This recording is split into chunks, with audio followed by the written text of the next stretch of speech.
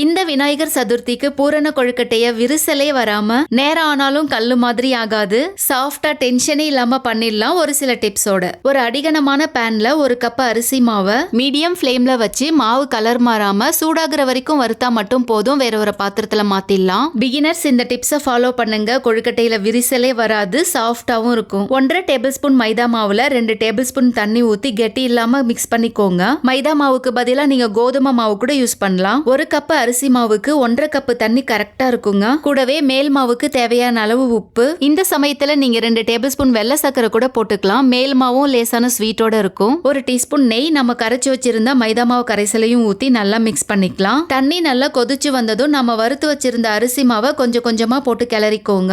Beginners தாராளமா அடுப்பை நிறுத்திட்டே மாவை போட்டு கிண்டலாங்க, டென்ஷன் இல்லாம. நல்லா மிக்ஸ் பண்ணி விட்டு மூடி விட்டுருங்க. அதுக்குள்ள பூரணம் பண்ணிடலாம். பேன்ல ஒரு டீஸ்பூன் நெய் விட்டு ஒரு கப்பு தேங்காய் துருவல ஈரப்பதம் போக வறுத்துக்கலாம். 3/4 கப்பு வெல்லம் கிளீனா தான் இருக்கும், அதனால நான் அப்படியே போடுறேன். உங்களுக்கு தூசியா இருக்கும்னு நினைச்சீங்கன்னா 2 டேபிள் ஸ்பூன் தண்ணியில வெல்லம் நல்லா கரைஞ்சு வந்ததும் வடிகட்டி இதுல சேர்த்துக்கோங்க. 1/4 கப்பு பொட்டுக்கடலை பவுடர், ஒரு டீஸ்பூன் ஏலக்காய் பவுடர் போட்டுக்கிறேன். நீங்க பொடி பண்ண எள்ளு, வேர்க்கடலை கூட போட்டுக்கலாங்க. பிகினர்ஸ்க்கு அடுப்பே யூஸ் பண்ணாம பூரணம் எப்படி பண்றதுன்னு சொல்றேன். பொட்டுக்கடலை பவுடர், தேங்காய் துருவல் கூட வெல்லத்தை மட்டும் மிக்சில அரைச்சி பொட்டுக்கடலை பவுடர், தேங்காய் துருவல், ஏலக்காய் தூளோட நல்லா கைய வச்சு கிளறிக்கோங்க. அடுப்பே இல்லாம பூரணம் ரெடி. கிளறி வச்சிருந்த கொழுக்கட்டை மாவை கண்டிப்பா கொஞ்ச நேரம் சாஃப்டா பிசையணுங்க, அப்பதான் விரிசல் வராது. மாவை உருண்டையா எடுத்து ஒரு பிளாட்டான கிண்ணம் இல்ல தட்டு வச்சு அழுத்திக்கோங்க. ஓரளவு மீடியம் திக்னஸ்ல தட்டினாதாங்க விரிசலும் வராது. அதுக்குண்டான பூரணத்தை வச்சு நல்லா பிரஸ் பண்ணி சீல் பண்ணிக்கோங்க. பிகினர்ஸ் இந்த மாதிரி மோல்டு யூஸ் பண்ணீங்கன்னா ரொம்ப ஈஸியா இருக்குங்க, ட்ரை பண்ணி பாருங்க.